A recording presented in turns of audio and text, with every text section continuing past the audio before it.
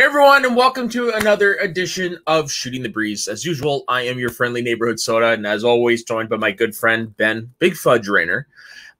And today we have a returning guest, a part of the Three Timers Club, Aaron, over from Schmotalks. Right? Yeah, that's one of the things I do. That works. Yeah. How you guys doing? Good. How are you guys doing? Thank you for having me back. Of course, I'm doing pretty good. You know, it's a beautiful day out where I live. I actually got to go spend some time with my mom today. We went to the next town over, hung out at lunch, spent some shopping. It was a good day. Good day. Nice. Yeah. That's why I was very silent today on Messenger, Ben. I was gonna say it's an honor to be a part of the people you've had 3 times. That's very nice. Of course, yeah. So it's you, Jay Wade, John. And Alex, yeah.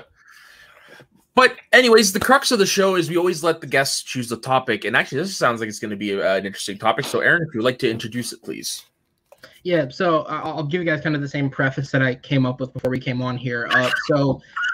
Yesterday, because I had nothing better to do, I decided to go watch Spirit Untamed. Now, if you're like Matt and you don't know what Spirit Untamed is, because I don't blame you, they did not market this movie at all. Never heard of it. But if you remember, DreamWorks had this film back in the day called Spirit Stallion of the, I think it's Cimarron is how it's said. Yeah, Spirit Stallion of the Cimarron. Cimarron, thank you. That's how it's pronounced. Where essentially it was like this Schmodown. almost like artistic-ish style film where like the animals don't speak. You only sometimes get Matt Damon voicing the horse's thoughts. Okay. And the humans do speak, but they're more silent than in a normal film. The movie works a lot off of score. I believe it's Hans Zimmer, score and visuals. And it was this real artistic movie. As far as I'm aware, it basically only got made because Shrek made so much money, and it just did not make its budget back, or if it did, it was just barely. Wasn't that expensive either, but still, even then, it didn't do the best. I remember as a kid, like I remember the VHS came out. That's sick. Like I don't remember jack shit about the movie. Yeah, so jump to like 20 years later, and a couple of years ago, because they had to deal with Netflix, they just started putting shows out, and so they made a show that was technically based on the movie in the form of, well, there's a horse called Spirit that shows up, and it's basically nothing like the movie. But the show was actually apparently rather successful on Netflix. So they've turned around again and rebooted it as a movie that has a similar tone to the Netflix show, but it's not related to it. It has none of the characters, as far as I'm aware, all that type of stuff. But it's got it's a sequel to the movie with the tone of the Netflix show. And it's really, really weird. And like I said, I basically just saw it because I had nothing better to do, and I knew it existed. Also, a surprisingly way better cast than I expected it to have. Like, it's got Jake Gyllenhaal, Julianne Moore, Andre Braugher. I forget who voices the bad guy in it, but it was definitely a voice I'd recognize. Well, let's take a look at the cast. Yeah, go ahead. Walton Goggins, probably. Definitely Goggins. Yeah. Yep, definitely. The first time you hear him, he's like a cowboy with a thick accent. He's like, "Hey, you better watch yourself, there, little lady." And I'm like, "Oh fuck, who is that?" That's definitely someone that's not making that up. Like they speak like that. He can change his dialect for sure, but he's definitely got a voice that you recognize. Yeah. And I was surprised by how perfectly mediocre this movie was. And I don't mean that as a diss, but like some movies you go into and you have like these really high expectations, and some films you go into and you don't expect anything at all. This was one of those. Like, I really had no expectation as to what this would be. I just knew it wouldn't be as artistic as the original. I figured it'd be more paint by numbers since it's really, really appealing to kids.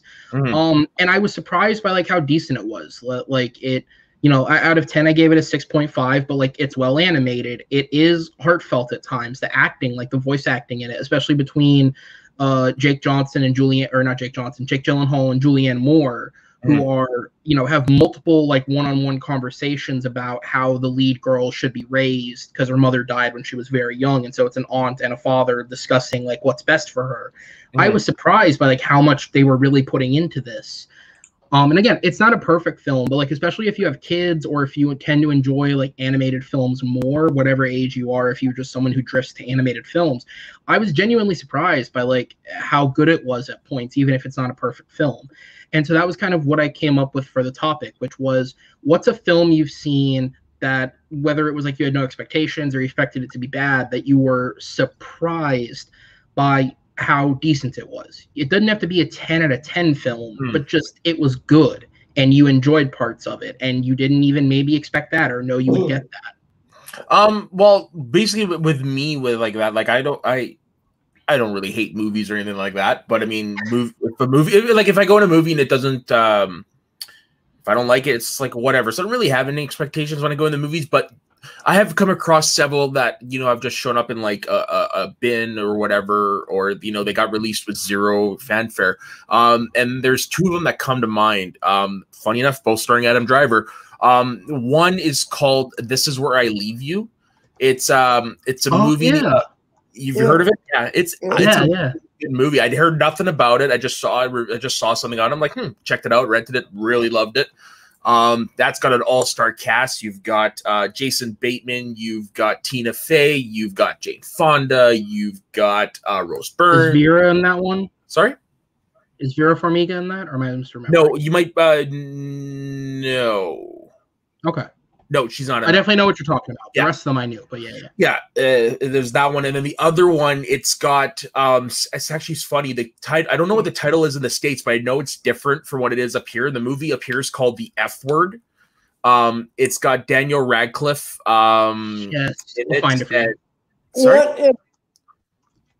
What if it's a romantic comedy, right? Yeah. The actual title, I'm reading into this because I was like, what the fuck? The actual title is The F Word, but I guess the MPAA in the States was like, what? No, that's where What If came from. But yeah, that one I was really surprised at because that was the first movie I saw with Daniel Radcliffe that wasn't Harry Potter. So I didn't know what to expect. I didn't know anything about Zoe Kazan. I'd never heard of her up until that movie. I knew Adam Driver. Or no, that was actually the first time I saw Adam Driver as well. Like really the only reason I bought it was because, hey, it's Daniel Radcliffe. I hear he's a good actor. And I watched it, and it was very, very relatable, and the characters were relatable, and the dialogue was great, and it was a great movie. I learned what the Fool's Gold Sandwich is, and I wanted to try it until I actually looked at it. That movie really blew my expectations. It's one I rewatch probably every year or two. It's a nice little romantic comedy. I like that. Yeah. And surprising, well, maybe not surprising, but Adam Driver is really funny in it. Yeah. Mackenzie, what's her face from Terminator? That was in Terminator. David? Yeah, Mackenzie Davis. That was also the first movie I saw her in. Oh, okay. Yeah. No, those are the two that immediately come to mind when I think of that. I have three. Sorry, what movie? I have three movies. Oh, okay. One, Detective Pikachu.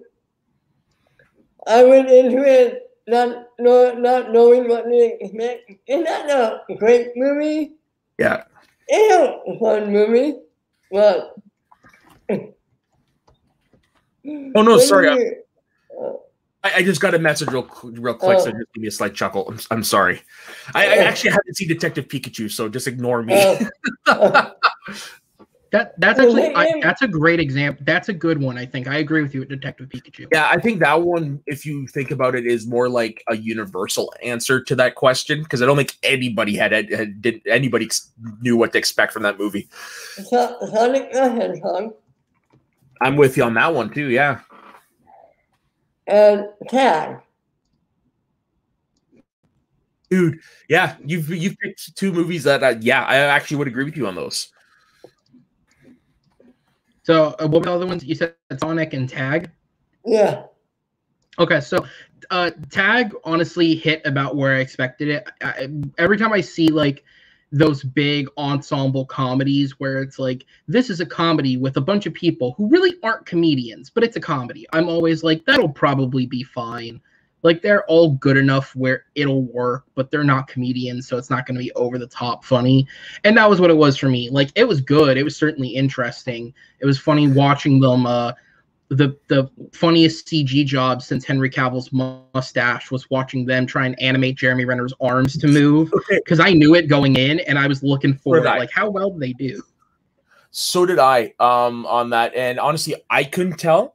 And I've got a sharper eye than my friends, and they couldn't tell either. Like, yeah. And I found, like, I liked it when I watched it by myself the first time, but I found that movie way more enjoyable when I was watching it with my friends. Because that's fucking us. I really find it funny that he's been through Avengers, Age of Ultron, Captain America Civil War, Infinity War at that time. And the movie he gets hit at is about a group of friends.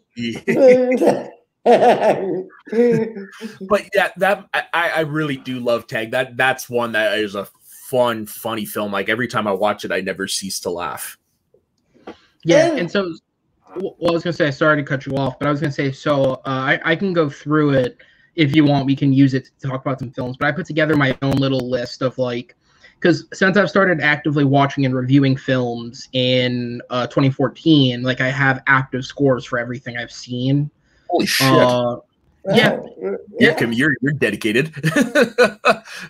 Well, before I met people on the internet who liked movies, I was like the movie guy. So literally, people would come to me and be like, "What did you think of this?" And I could just spit out a score if I didn't want to talk about it. They'd be like, "Oh, okay."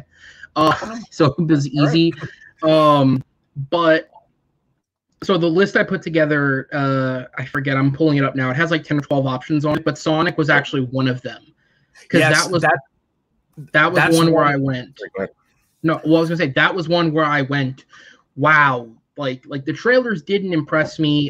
Quite frankly, I had no issue with the design, but the moment where, like, the redesign thing, the original one, I should say, I didn't have an issue with it. It looked weird, but I was like, it's a movie. What are you gonna do? They're gonna do something different. But the moment where I was like, oh, this could actually be something, because I had no expectation of it, because it's a video game film, and when they went back and they redesigned him, and then inadvertently went bankrupt because they decided to redesign him. That pisses me off. I'm really pissed off at the people who bitched about that movie. That's where I went. Yeah, the CGI company went under. Well, I believe I read that Tim Miller, who owns Blur Studios, took a number of the employees on. I don't know if he took all of them, but he took a number of the employees on his own company when it went bankrupt, because they redid it. It was a different company that did it. But yeah, the company that was specifically in charge of the Sonic and then the redesign went bankrupt because of it, because they spent more money than they intended to, and I think it was like the studio wouldn't budge on paying them more. Yeah, like Paramount wouldn't budge because they were like, well, it's part of the job, if and yeah. Which to that I say, go fuck yourself if you complained about that. Like, that's just wrong. You end up costing people jobs because you didn't like how a character looked. Like, come on. Yeah. So when they redesigned it, that was the moment where I went, wow, they're actually putting extra money into this film to try and increase their chances at a box office. And now normally you would just look at that and go, oh, that's just them trying to get more money. But the fact they literally because the film was basically finished. They pushed it back like 2 months before release and redesigned the entire thing. That's where I went, oh, they might actually, they think they have something here if they're willing to put this much into it in an attempt to aid its box office totals. And they did. It was surprisingly good, man. Especially for Jim Carrey. Like, he needed this badly. I think it's his best role since Yes Man. Yeah, that's not a bad shout. Yes Man is another movie where I went into, it was okay, and I ended up really liking it. Yeah, me too. I had nothing to do that night. I'm like, oh, let's go. Let's go see what's playing in the theaters. It was Sonic, and it was I can't remember what the other movie was, but I know I'd already seen it. So I was like, whatever, I'll go see Sonic. And yeah, I walked in and I'm laughing along with all the kids and the other single adult males that were in the theater. And yeah, no, I'm with you guys. That movie, I haven't seen it since, but that I'm excited for the sequel. Especially when I saw set photos leak where they're going to have not just Tails, but Knuckles as well. Yeah. And Jim Carrey is back, right? Yeah, I think everybody's back that was in that movie. And I wonder if Jim Carrey is going to look like Dr. Robotnik. Oh, I got a feeling he's gonna look like he did in that mid credit scene. Yeah, I have a feeling when he comes back, that's how he's gonna look. Okay. Yeah. As far as I'm aware, all the adults are back, including, I forget her name, but the actress that played like the wife's sister. Like, they've literally brought everybody back. Oh wow. So I mean, they had like 5 people to begin with. So sure, go ahead and bring them all back. Yeah. Everybody's back. Yeah. So I was gonna say, I was able to find my list. I put 12 movies on there, so I take that off 11. I can run through some of these. I'll just start picking ones out. Let's do them one at a time. How's about that? Yeah, all right, so here, I'll just pick them in random order because I dated them by years. All right, so here's a good one. It's going to sound off because of what it has become. John Wick. When John Wick first came out, Keanu was off a huge box office bomb in 47 Ronin. His career had been spiraling for a few years. He really hadn't had a solid hit since the Matrix films. Not that everything he made was bad. It's just it was either good and not successful, or it was bad and unsuccessful. So it just been a really bad moment for him. And then John Wick comes along, you know, the idea of like at that point, you're just like, hey, whatever, man, I'll take whatever job. And he pairs up with these 2 guys who had never directed, but he'd known them for years. And for people who watching this who may not know, the guys who directed John Wick, Chad Stahelski and David Leitch, which Stahelski to date has only directed John Wick films, but Leitch has gone on to do a couple of other big blockbusters. Yeah, did he do Deadpool 2? Deadpool 2. He did Hobbs and Shaw for Fast and Furious. Atomic Blonde was also David Leitch. So he's gone on to make some solid films. And his next one, I'm so looking forward to just because of the cast. Look, if you haven't seen or heard of it, look it up. It's called Bullet Train. It's got an incredible cast. But these 2 guys, they were stunt coordinators. They worked with Keanu on The Matrix. A lot of people don't know, but they were also the stunt guys behind Winter Soldier and Civil War. They worked with the Russos on those films. So they were stunt coordinators, and they were like, oh, we want to try our hand at directing. So they came up with this idea. They worked with Derek Kolstad is the writer's name. He also just got a huge break by working on The Falcon and the Winter Soldier with Marvel. He was one of their staff writers, and he wrote episodes 3 and 4. So the one with the big moment that happened in the show. Yeah. And so they paired up with him, and they came up with just this little, like, just the most basic thing in the world. This guy who used to be a hitman tried to get out. It fell apart. And now just because of one bad moment and one bad run-in, he gets dragged back into the game. And it's just this absolute decimating tear. And I remember I saw that movie when I probably shouldn't have in 2014, because I definitely wasn't old enough. But, you know. How old were you in 2014? When no, that was about 2014, did it? No. Yeah. Yeah. Yeah. Yeah. Really? Yeah. So I'm only so confident because I have all the dates in front of me from the list. No, fair point. It's just because I remember when I first watched it, and I moved back to my hometown in 2014. I remember I bought it, and I wasn't living with my parents at that time, so maybe maybe it was a year later, and I just didn't realize it. Yeah, well, the sequel didn't come out till like 2017, so it was a few years in between. Oh, I saw John Wick 1 before the sequel. I didn't. Oh yeah, because it took a while to catch on. But like I saw it because and I either saw it late 2014 or early 2015. Because when you have your parents' credit card and access to a red box, anything's on the table. Oy. And I rented it, and I was just how old were you? Like I was 15, 16 probably. Okay. Depending on when I saw it. Yeah, so like when I'd walk home from school, because I was able to walk home from where I went to high school, I would pass a red box. So my parents would let me, like, they'd usually pick me up around the 7-Eleven and then just drive the last few minutes home. So they'd let me get something from the red box. So I just saw it one day and I was like, oh, okay, well, you know, this could either be good or bad, but back then Redbox was still $1. So I was like, fuck it. So I got it. And dude, this movie's incredible. And then when you look at the franchise that it has spawned as well, like, I mean, I was doing a news gathering for a weekend show that we do on here. I'll plug on TMG Entertainment after dark. Every week we talk about the latest movie news.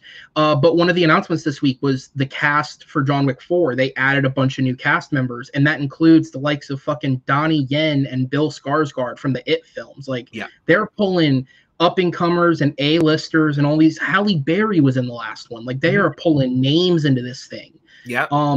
And don't forget, I'm sorry to interrupt. Don't forget. No, go ahead. There's a TV show coming. That's right. Yes, the TV show on the Continental. Yeah. Mm-hmm. So there's technically 4 projects. There's the Continental. There's John Wick 4. We have also John Wick 5 confirmed, and they're doing it's in early works, but they're wanting to make a spinoff based on the ballerina organization we saw with Angelica Houston. That I'm on the Wikipedia page for the franchise, and yes, that was listed on there, and I'd actually never heard of it. Yeah. So this thing is like the next great franchise if they continue handling it correctly, because I think they have so far. So I've talked a lot, so I'll cut to you guys. Well, I really Ben, you can go ahead. I'm sorry to jump in, but John Wick and Keanu's first solid, if not great, trilogy. The Matrix is awesome. We all agree on that, right?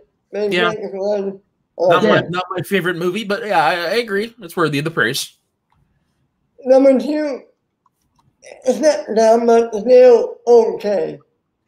And I don't even want to talk about number 3. I could watch those movies 500 times and I still won't be able to understand anything. But John Wick 1, 2, and 3 all were epic and fun and awesome, in my opinion, anyway. So I have a confession to make. I've only seen the first one, even though I own the whole trilogy. So tonight I'm in the mood for something fun. So I think after I'm done here, I'm gonna watch the other 2.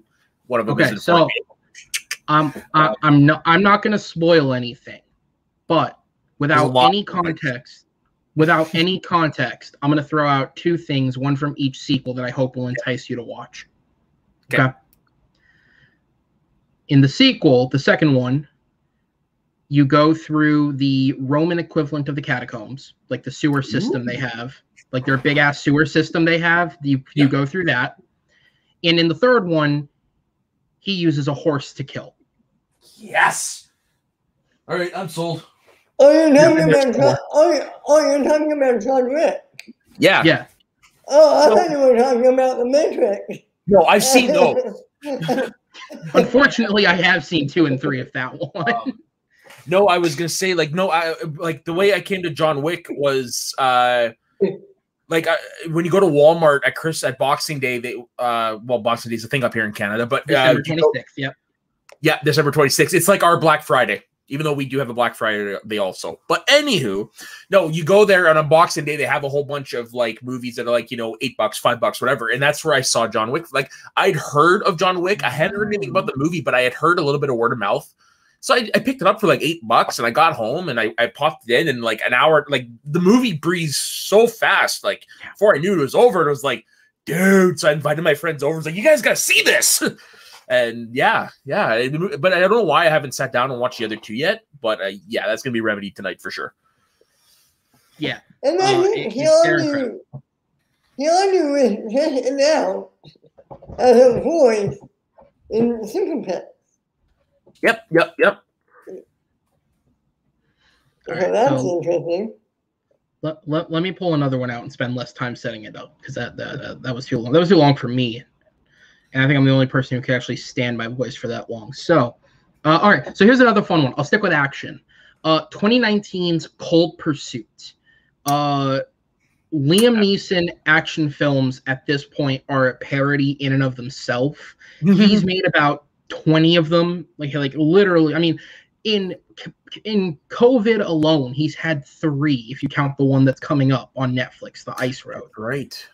Because he had Honest Thief last year, and then he had The Marksman, which was honestly closer to a bad Clint Eastwood film than it was a bad Liam Neeson film. But here or there. He's neither here nor there.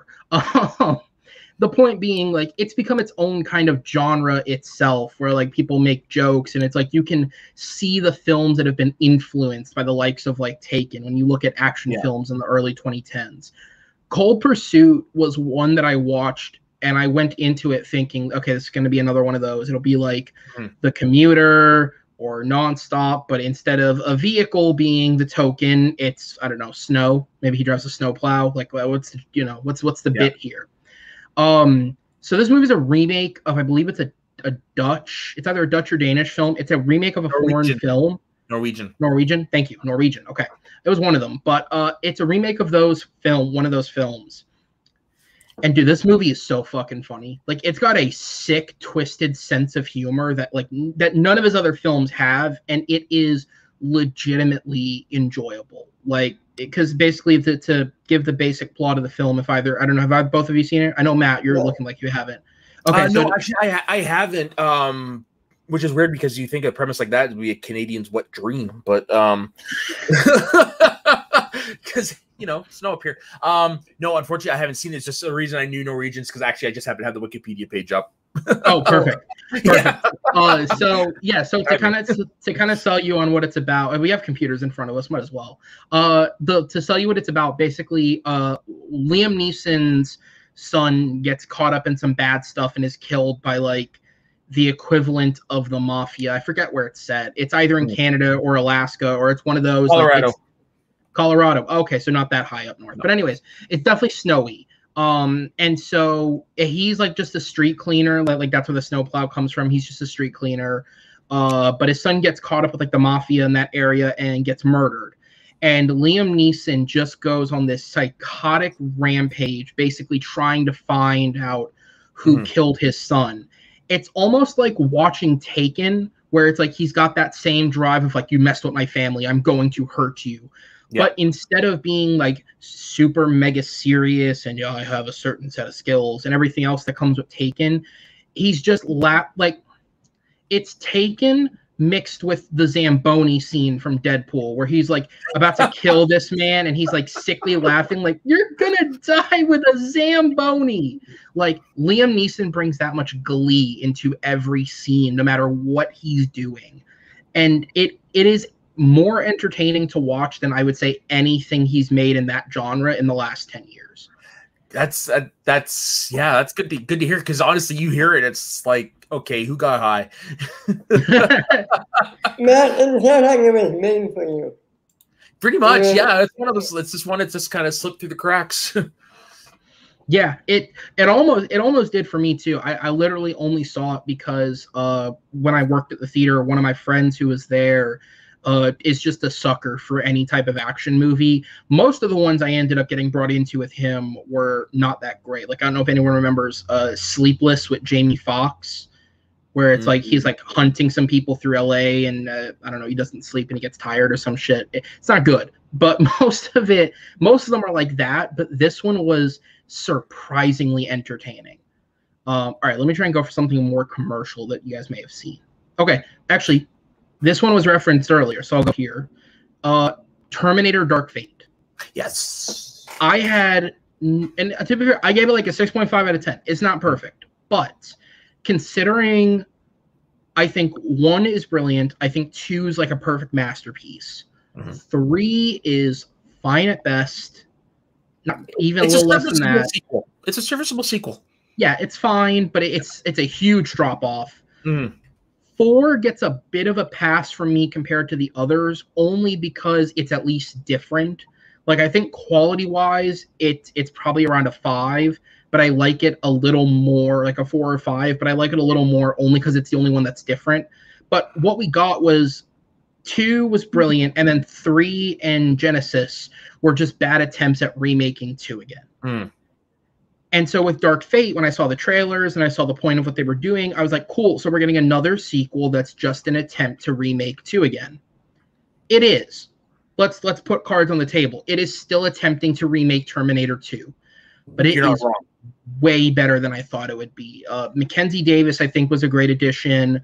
I like I forget her name, unfortunately, but the main girl who they're like propositioning as the new John Connor. I thought she was fine. Yes. Yeah. Gabriel Luna was a surprisingly, because I've never seen Agents of S.H.I.E.L.D., but I've heard all about how good he supposedly is as really Ghost Rider. He was really intimidating. I thought he did a great job. And Arnie looked like he cared, and that's all I needed, man, because he was asleep through Genesis. So, yeah. I find that I'm actually more of a fan of Genesis than most. Like, don't get me wrong, it's not the best movie, and I'm still really pissed at their decision to reveal the John Connor twist in the trailer. But overall, like, it's a movie I can watch and have a fun time with. Like, I don't take it seriously. It's more like just one of those sit back and have a joint and eat popcorn type movies, right? Yeah, fair enough. But Dark Fate, though, I think is the best sequel, personally. I would agree. Yeah. For me, I like 3 more than more, so I put Dark Fate right under 3. Okay. No, I go 1, 2, 3, Dark Fate. Yeah. Yeah, it's me 1, 2, Dark Fate 3. Genesis, and then Salvation, which yikes. I'd probably go 2 for me, because I'm not a horror guy. So 2, 1, Dark Fate, and then, like I said, quality wise, quite honestly, because I don't hate Salvation as much as most, or Genesis really. I just think they're just not good films. They're not terrible. But I give Salvation more credit because at least it's different. So then I'd probably go Salvation 3, Genesis. I could only watch the first half of Genesis. Oh, really? And when they get to the future of Sean Connery, it just loses me. Okay. I'm not gonna lie, I haven't seen Salvation since I saw it in the theaters, so maybe I'm due for a rewatch to see how I feel about it now. It's not bad. It's not bad. Yeah. I applaud them for doing a Terminator movie that's different. That I commend them for. Yeah, and that to me is like why I commend it, because like, look, does Bale look like he's sleepwalking half the time? When he's not yelling at the crew, yeah. When he's not yelling at somebody, yeah, he definitely looks out of it at times. And it's not the greatest performances from everyone, but specifically, as somebody who thinks, acting ability aside, because I don't think he's terrible, Sam Worthington got set up to fail by Hollywood. Yes, he did. Quite honestly. And he, this is, in terms of his blockbusters, I would say this is one of my better performances. And Anton Yelchin, to me, as Kyle Reese, is the standout of the film. Like this, and then immediately Star Trek is like, okay, that's where this kid's got something. Yeah. Yeah, he can do no wrong. Yeah, no, I agree with you on Sam Worthington. He's a better actor than people give him credit to. Like, if you wanted to see that, just watch Hacksaw Ridge. Yeah, and I think all those Fall Guys, like, God, there's a few of them at this point, like Jai Courtney, Taylor Kitsch, Sam Worthington, to an extent, not as long as those guys, but Garrett Hedlund kind of got put in some of those roles as well. Yeah, what's the kid that came out of Twilight and did the Lava Bowl? No, the other one. Oh, Taylor Lautner. I remember they were trying to make him a thing at one point, and that bombed quick. Yeah, because the last thing I heard of him in was that really horrible Adam Sandler Western. Oh God, yes. And honestly, he ended up. I've only seen a few episodes of it, so I can't speak for like longevity. But he ended up on a British comedy called Cuckoo, where the concept it's a British comedy, but the concept is like this family finds like a long lost relative or something, and they're this like kooky American. In the first season, it was Andy Samberg.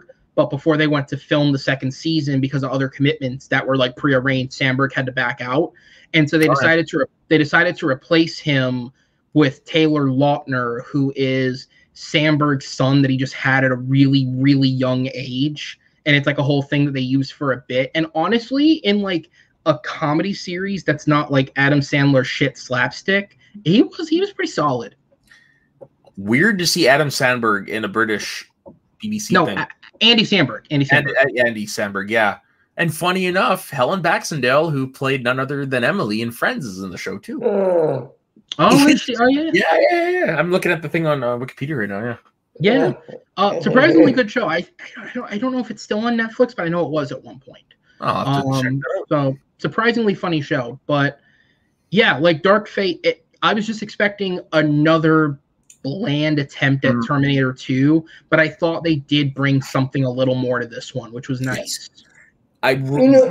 Honestly, my favorite part of that is how they actually handle Arnold.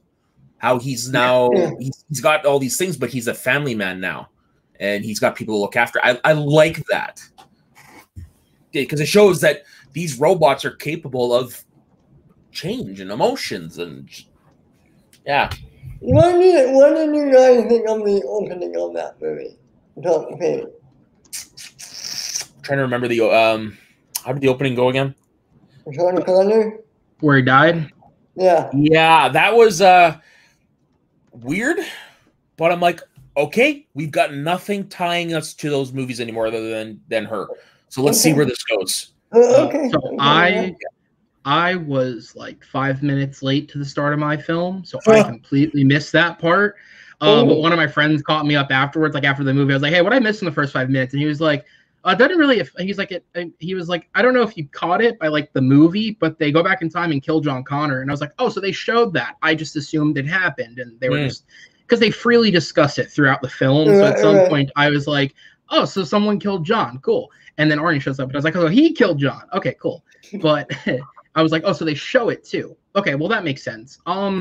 Yeah, I it's kind of like what you said. I like the idea because I honestly think the fact that Terminator was, it's one of these things where it's like, I'm okay with franchises trying something different, and Terminator is one of these franchises, and it's not the only one, but it's one of these franchises where they attempt to expand their lore with something, but they're so hooked on what they've already created that they never really expand it. Terminator has an interesting enough lore that I think you could make a Terminator film with something completely different and take a whole nother approach. But it's so focused on its John Connor thing that I like that immediately they were like, no, we are not hinging ourselves to John Connor and this is the savior and doing this again. Even though they followed the same pattern the other films did, they were at least like, we're going to interpret it in a different way. And I like that it does end up in a completely different section. You know, there's nothing more different than John Connor than Mexican Woman. You can't get much more different. Yes. So again, I like that their approach was like, look, even if we're going to take from the old, we're going to try and make it new and not just do it another way. Exactly. It's what I watch movies for the most part the first time. I usually don't pick up on things like that. So to me, it honestly felt like a new thing. But you know, when you think about the movie and you go back and you look at stuff, yeah, you definitely see the connections. But honestly, it sucked me in. Like I was there in the long for haul. sure. Yeah. I enjoyed the movie. I feel like I'm shitting. I need to go. I definitely know what I need to go revisit because I haven't seen it since the theaters. I remember at Christmas time I could have gotten the 4K Blu-ray on Amazon for like $15. I should have gotten it. All right, so let me pull up another one. Okay, so I'll go with one or two just because it'll let me get through them quicker. That odds on people haven't seen, because I don't know very many people who have seen these films. So has anybody seen a movie called Slight? Nope, never even heard of it. Okay, so let me find the gentleman who directed it because it's worth something in a minute. So Slight is a movie. It came out in 2017. And it stars, it's mostly smaller actors. It stars Jacob Lattimore, Storm Reed, who would go on to be in the, what's it called? She's in Euphoria, that show on HBO, and she was in, it's Wrinkle in Time, thank you. Dule Hill from Psychic, is that what it's called? Psych, is in it. It's a mostly small cast. They were more independent at the time. But essentially, it's a film about a kid who lives in LA and he's like taking care of his sister and they're kind of struggling to get by, and he begins using magic tricks as a way to make money on the street. And while doing magic tricks, he ends up discovering that he can kind of play with I believe it's like basically electromagnetism. And when he begins being intimidated by local gangsters trying to siphon money from him, which is Dule Hill, he actually kind of creates his own superpower and begins fighting against them. And it's like this really low key, it kind of becomes a superhero film, but like from the streets type of thing. Nice. The guy who directed it, J.D. Dillard, and it's one of the reasons why I've thought about it recently. Yeah. J.D. Dillard is one of the people who is currently on J.J. Abrams' short list to take over the Superman film he's producing. And that, I think, says a lot about it. I don't know if he's directed anything since. I can't think of anything I've seen him do. But this is a movie that, like, nobody saw. And I literally remember it was me, and when I was leaving the theater, one of my coworkers at the time, who was another huge movie person. And I realized we were the only two people in that theater. And he looks at me and he goes, was that way fucking better than it should have been? And I was like, fuck yeah, it was. Like, that was entertaining. Yeah. It was distributed by, originally it was distributed by Blumhouse, but it was actually distributed by their VOD division, and Blumhouse liked it so much that he actually put it in theaters anyways. And WWE Studios is somehow attached to this. Yes. I forget through who. I think somebody's in it that like is attached to them. In some way. I'm gonna look into that, because that sticks out to me. I cast list now. I'm trying to see if there's any wrestler I recognize. I don't think so. I don't remember offhand, but I do remember seeing their logo on it. Yeah, but again, I know for a time WWE was trying to like branch out and do be a part of movies that didn't involve their wrestlers. So I think that might have been part of that effort. Oh, they may have. I know it played at Sundance, so maybe they just picked it up at like somewhere like Sundance. But yeah, so it's a movie I recommend. I don't know if it's on a streaming service, but at least it'd be on Amazon, I imagine, for like rental for a few bucks. But it's one of those movies where like I don't know anybody that saw it. I think I don't even think it made double digits at the box office. Like, it's a really low number. Yeah, I've got it right here. It was cheap to make. Thank you. Yeah, it ended up debuting out to $1.7 million, a per theater average of 3,000, finishing 14th at the box office. Okay. But if you find it, I know for a fact it made its money back, because if you find its budget, it was made for under $1 million. Yeah, budget was $250,000, and then the box office was $4 million. So yeah, for a low budget movie, that's pretty good profit. So it's insane, but still, even to that, like, I don't know anybody who's seen this film. I cannot recommend it enough. Again, not a 10 out of 10, but like for what it is, and like at the time, like I think Jacob Latimore has acted in more stuff, but like at the time he was one of those like small up and coming singers who was just kind of like, fuck it, I'll act, and he's like surprisingly good in it. So yeah, it's just this weird movie that came together somehow. And it is, again, for a small budget film like that, it is way better than it should have been. And I'm glad that, like, with Blumhouse's involvement, it didn't just end up going to VOD. They put it in a theater, because I don't think I would have ever heard of it if it hadn't. Yeah, I don't look at. If you're on a VOD, I don't look at you. I am jealous of you two, because you have opportunities to see movies like this in theater. I did in Vancouver, and unfortunately, I never took the opportunity of it at the time, because movies like this, it sounds like something I would love to see. But yeah, like you, unless it's like a big movie that I hear people talking about, I don't know. And this never would have come to my little movie theater here. Yeah. I only end up seeing stuff like this because the AMC that I worked out, as I've said before on different things, was on Disney property. So not only were we linked up with the like indie program where they send stuff like that to us, but also we had 24 screens. So infinite possibilities to stick stuff like that in there for 2 showtimes. So like this is a movie I would have traveled to, like a small mom and pop hole in the wall movie theater to see. Probably. But if anybody can find it somewhere, whoever's watching this, if anybody can find it somewhere, I would 100% recommend it. It doesn't look like much, but it is way more interesting than it should have been. And it's one of the few movies where, like, at the end, they kind of play with the superhero thing of like, oh, let's set it up for a sequel. And it's kind of done. Yeah. It's done as like a joke, but it's not like winking at the camera. And it's one of the few times where I've gone, shit, I kind of would see a sequel to this. It's never going to get made, but I would see it. It's interesting, at least. All right, so I'll go with up here in Canada, baby. Yeah, there you go. There you go. So there it is, added to my list. Perfect. So I'll run with another one that people probably haven't seen, because we only have, you guys go for what, an hour? So 15. We can fit like probably 1 or 2 more in. So a movie that actually came out this year. It's called City of Lies. Just going to pause you there. It is also available on the American Netflix. Perfect. I need to watch it again then, clearly. So it's a movie that came out this year. So if it's on no one's radar, I get that totally. But it's called City of Lies. I think I might have heard of it. Yeah, so it's Johnny Depp and it's Forrest Whitaker. And it's a story that is based on the true investigation of a detective named Russell Poole, who spent... yes, this came out a couple years ago. I remember hearing about this. Well, so this is what happened, right? It had a very, very limited release and got pulled. because it got hit. So it's about the investigation into the murders of Tupac Shakur and Biggie Smalls. Yeah. But the movie, because it's based off of like certain investigators and both Whitaker and Depp are playing real people.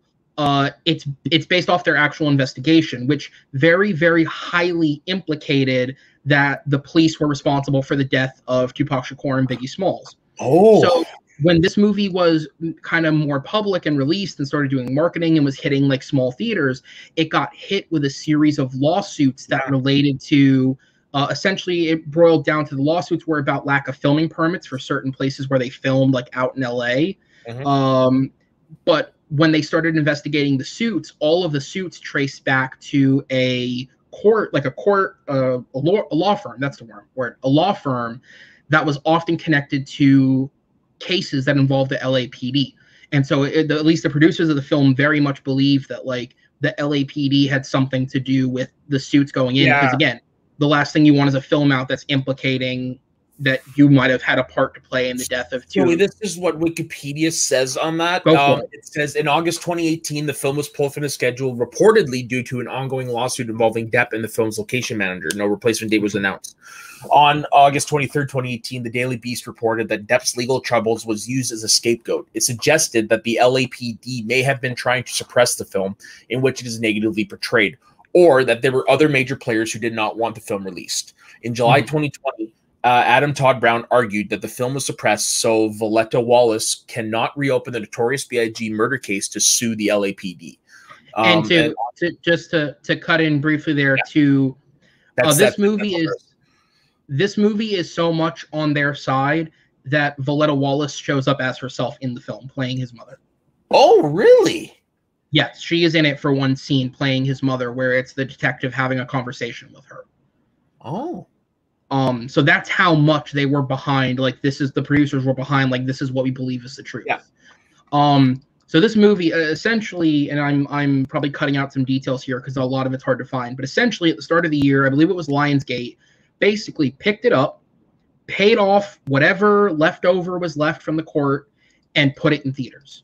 There wasn't a lot of marketing because they probably didn't want it to get noticed again, but it went into whatever theater chain would accept it, and it got like a month-long run in theaters before going to VOD.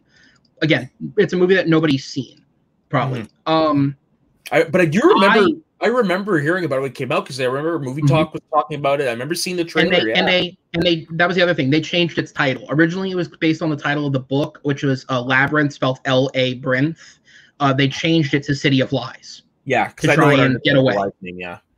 Yeah. So this movie, again, not perfect, but especially considering Johnny Depp the last few years has had a very lackluster career, both in terms of his personal life and his actual on-screen films. Because he's either in just straight up terrible films like Mordecai, or he ends up in a Fantastic Beasts situation where he was actually good this time, but the movie's just not good. Yeah, and also let's not forget, what was that horrible movie you did with Angelina Jolie? The Tourist. Fuck, that movie was bad.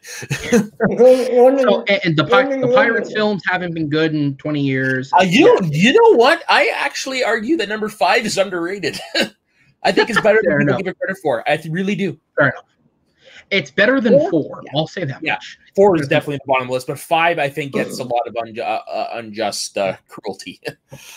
Maybe I watched it half asleep. I was just like, I don't care. Oh no, I did a binge last year. Oh, okay. Yeah. Fair enough. So, but yeah, this is another movie that like very few people have seen that I would highly recommend, mostly because there's some weird editing choices in it. It does so like, rather than hire an actor to play Tupac or hire an actor to play Biggie, they show multiple instances. They show like in a film cinemized version of their deaths, like what led to their deaths. So like with Biggie, they have like a scene of him walking out of the building, getting into the car, the stuff with the lights where like, you know, they were maneuvering the cars and what led to somebody pulling up to shoot him. Yeah. But rather than having somebody play them, it's shot in such a way where like you only ever see like the crowd around them. You never really see them. And they make and there's also times where they use real footage. Like they don't actually use the footage of when they shot him, but like other instances. So like they talk about a crime that was committed by where he got put on parole. I think it was the one where he got put on parole with Tupac and who's the motherfucker that's in prison that was with them? Suge. Yeah, him and Suge. But they use like real footage of them like in Vegas doing something related to the crime. And it makes some weird editing choices and how it handles stuff. But mostly for the performances, Depp and Whitaker have great chemistry together.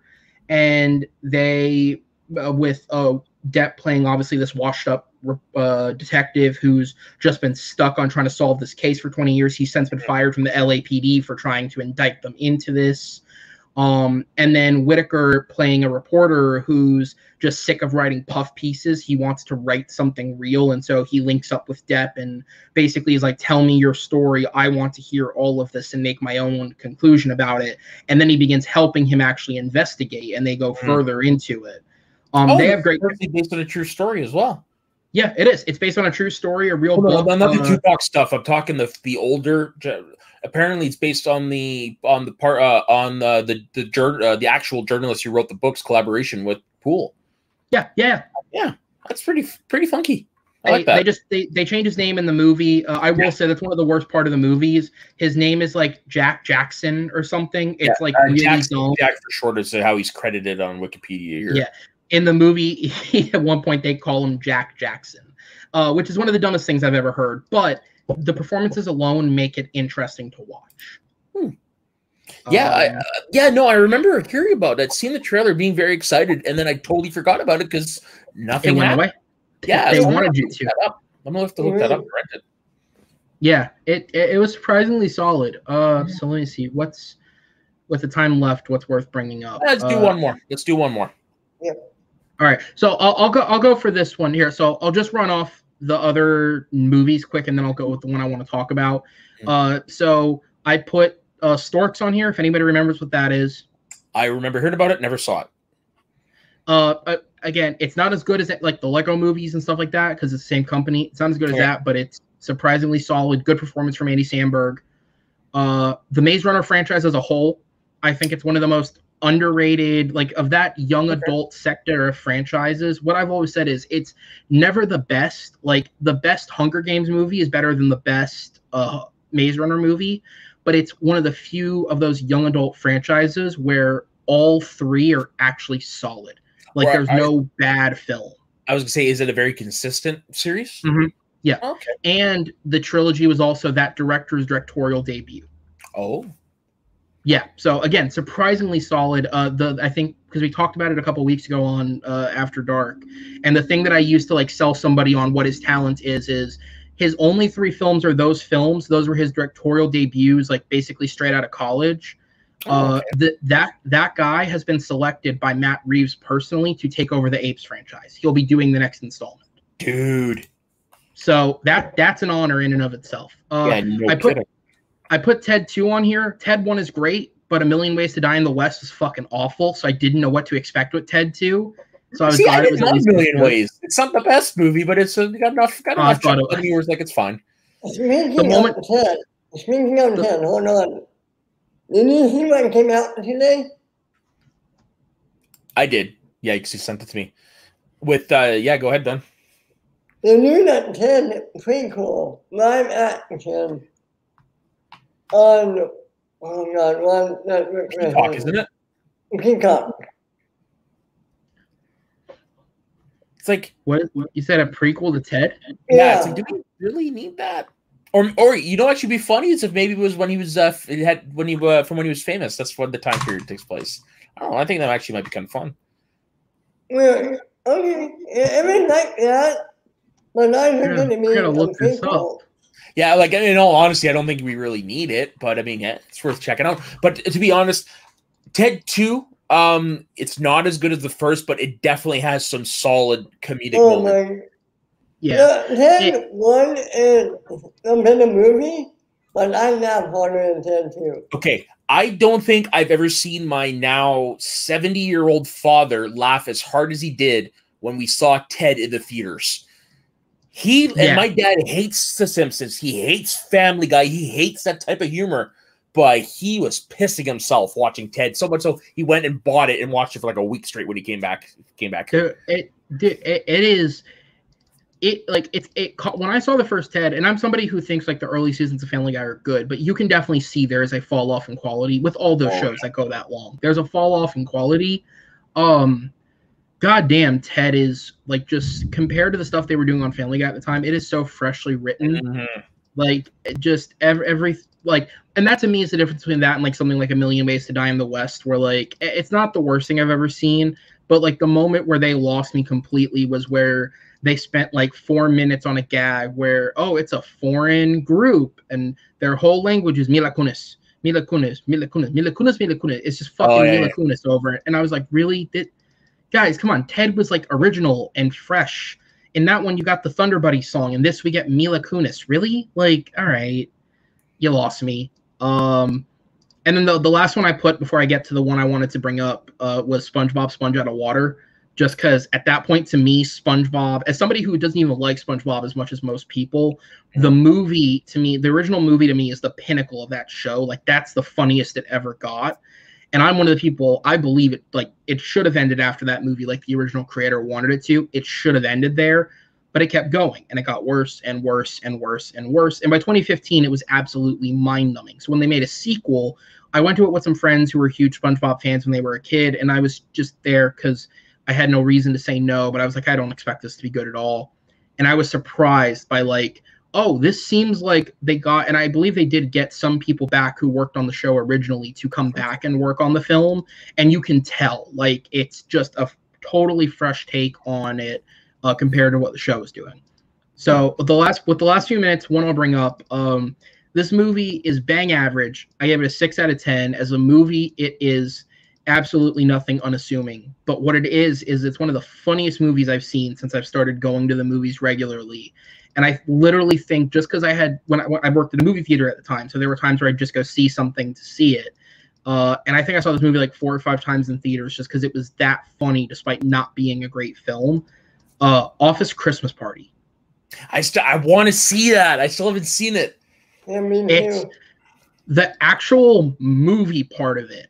It is fine. Like when they try putting plot into it, or like the stuff. I'm not a huge Kate McKinnon fan, and they give Kate McKinnon a little too much to do in that film, and like stuff like that doesn't work. But the actual just like when it's at the party and it's just shooting for straight comedy and it's jokes. The ensemble in this film, you know, Jason Bateman, Jennifer Aniston, T.J. Miller when he could still work. I forget. I'd have to look up the list. I'll look it up. But the ensemble in this film, when it's just going for jokes, I don't think it actually misses. But as a movie, it's one of those where like I walked into it and I was like, this is just going to be boring as shit. Damn, that is so funny. Shit. Yeah. Jason Bateman, Olivia Munn, T.J. Miller, Jennifer Aniston, Kate McKinnon, Jillian Bell, Courtney Vance, Vanessa Bayer, Rob Corddry, Karan Soni, Sam Richardson, Randall Park, Abby Lee, Jamie Chung, Matt Walsh, Fortune Feimster, Ben Falcone, and like one of his only good films. Oliver Cooper, Jimmy Butler shows up for a second. Wow. Like, yeah, it's just it feels like an SNL sketch that goes on too long. Yeah. But damn, when you're in the heat of the SNL sketch, it is fucking funny. There's actually a movie in this vein that I just remembered that I want to give a shout out to. And I think the plot of the movie works. It's the movie The Night Before with Seth Rogen. Yes. I love it. That movie was too good to be on a list of movies I think is mediocre. That movie's great. No, this is a movie like I knew nothing about it because I mean by this point I'm like Seth Rogen comedies really, but then I watched it and I was like motherfucker, they made him high on shrooms in a fucking church. Yes. Dude, everything Michael Shannon. My Christmas movie the last few years. Everything Michael Shannon does in that movie. Yeah. Oh God, and it's real. He's like Jesus. And then didn't James Franco have a cameo? I believe so. Just give me a second. Yeah. So I was gonna say, while you're looking that up, I just want to say the two guys who made Office Christmas Party, because I was looking at this a long time ago, Will Speck and Josh Gordon. These guys, they've only made 3 films that got a wide. They've only made 3 films, but all 3 of these films to me fall into the same category of like, as a movie, this is not great, but when you're just shooting for jokes, I think it really, really works. They made Office Christmas Party. They did The Switch with Jason Bateman and Jennifer Aniston, and they did Blades of Glory with Will Ferrell. All right, so they got some decent filmography. Yeah, which again is like, as a movie, I don't think it's that good. Like, there are better movies in a comedy, but when you're just shooting for the jokes, it really works. Yes. Also, side note, they are the creators and producers behind the new Hit Monkey series from Marvel. Okay. Yes, Franco is in there cameoing as himself. Now that I remember, yes, they make fun of him for calling like a pedophile or something. Yeah. And then, which is horrifically ironic. Yes, incredibly ironic. It's like, Nate, was that a subtle dig at him at the time? I don't know. But yeah, you look back on it now, it's like, wow, that's really on the nose. Yeah, and it also doesn't look like Rogan and Franco are going to be working together anymore. Yeah. But that movie, like, everything Michael Shannon does in that movie is incredible. The chemistry that those 3 have. Like, I love like when they're on the piano to the start of Runaway. Yeah, where they're like dancing on the piano and they're just playing the Kanye in the background. Like, I'm like, this is genius. Like, this is how you take something and kind of flip it and make it its own for your movie. Those 3 are great, man. Yeah, I was just before you say something, Ben. I was gonna say I love Joseph Gordon-Levitt. I love all 3 main characters' stories in the movie. Is what I meant trying to say. Yeah, no, they have good individual stories. Yeah, go ahead. And then wanted to say, it was the first time I saw really Anthony Mackie being really, really funny. Mm-hmm. Yeah, I'm trying to think. Like, I think this might be the only other thing I might have seen him in. No, I saw him in $1 Million Baby. I think I've only seen him in like 2 movies that aren't MCU related, and yeah, he's a good actor. You want to see old school Mackie? Watch 8 Mile. Yeah, that's like his first movie, right? Yeah, one of. Oh, that's right. He was an Abraham Lincoln Vampire Hunter. I love that movie. That's another movie I could throw on there because you hear that concept and you're like, that's going to be horseshit. It's a good movie. I haven't seen it. I don't know if I'd like to see it. I recommend it. It's very. It's honestly. Did you ever see the Underworld movies? No. Yeah. Okay. It kind of has that similar feel to it, but yeah, that's a good comparison, actually. And like you see him like do the typical vampire hunter stuff, but it's not excessive. Right. Yeah. No, I honestly think you'd enjoy it. That's a great cast, and yeah, that movie had no right to be as good as it is. Well, we're looking for a good documentary to watch. Maybe I'll watch it. I was gonna say, I don't know if I'd go as far as to call it good myself, but it's certainly fun. And it's one of those movies where it's like, if you're with like just a group of friends and you just want something to just laugh at and like really enjoy, like, why not? It just, the concept alone, Abraham Lincoln Vampire Hunter. But like, I mean, like, right, let's go for the ride. Such a ridiculous concept, the it script is good enough to keep you in it. Right. It doesn't just, honestly, like some of the Underworld films, it does not just horrifically fall apart from take one. Yeah, exactly. No, this one you could tell it was made. It was made in earnest. They were really invested in it, and yeah, God, that movie's just it's a movie. That's something like a movie you would see in like the 1950s. It really is like the 40s and 50s, like those really like E or F movie schlock fest. That's a movie that sounds like that, not a big studio film. No, not at all. Nice. So that brings us an end to our episode, everybody. This is actually really, really great. You're giving me movies that I've forgotten about that I can go watch now. And yes, I will go watch John Wick 2 after this. So Aaron, where can everybody find you? Yeah, I'll do the quick plug thing real quick. So TMG Entertainment is the YouTube channel that I'm on. Everything that I'm involved with, for the most part, you guys can find there. We have shows going multiple days of the week. For the ones that I am specifically involved in, every Saturday night at 9 p.m. EST, so that is Saturday night, we have After Dark, which is where a crew of us who are a recurring crew, a part of the channel, we get together and we talk about all the latest in the world of movie news. This Saturday, we'll be taking the first bit of the show to talk about the Loki pilot. And we'll do that. We tried doing our own separate review show for Falcon and the Winter Soldier, but that got no traction. So what we're trying now is just every couple of weeks we'll bring it up as a topic on this show and not do it every single week. So we'll do it that way. So yeah, we'll talk about the premiere on Saturday, as well as some of the latest movie news that came out this week, including, as we mentioned, that John Wick forecast. Mondays at 7 p.m. EST. It went on a hiatus for a little bit because of editing issues with a very special video you guys were involved in, actually. But Schmo Talks came back last week, and actually the second part of our free-for-all special, which includes the third free-for-all, the horror free-for-all, and the fourth free-for-all, goes up this Monday at 7 p.m. EST, and it's a video that both of these gentlemen here were involved in for a section of it. So please be sure to check it out to support them at least, and I'll take the view too. And you guys can check that out. And then also to kind of plug it, because it's not something we've got started yet, but the main thing that used to be like the bread and butter of our channel was a show called Movie Battleground, which was essentially a ripoff of Movie Fights. Like, let's just be real here. But it was kind of movie debate for the fan league players. For the last year or so, it's been on hiatus, but later this summer, it is coming back. For the time being, the roster is on a halt because I got, like, literally the moment I put the post up, and I said it might come back, I got 32 signups. So I put a hold on that, and it is coming back for sure. But if watching people debate different topics in film and then potentially competing down the road is something that interests you, be sure to check that out when it goes live later this summer. Go to the TMG Entertainment Facebook page for more details on that as we have them. Right on. Yeah, definitely check out all the good content over there. Ben, Snowy Ben, where can everybody find you? You guys can find me at Snowy Ben. Wait, what? You guys can find me at man_radio on Twitter every Tuesday right here on Shooting the Breeze, every Friday on Recapping the Past, every Saturday on Get Straighted, also on Saturday, Matt Schmodown, the Schmodown show where we go into players' careers. This week we're going into Lindo Evo himself, JTE, going to be a fun time. Come and watch. Exactly. That's an episode you don't want to miss because the man has had a legendary career and he's back and it's just going to get better from here.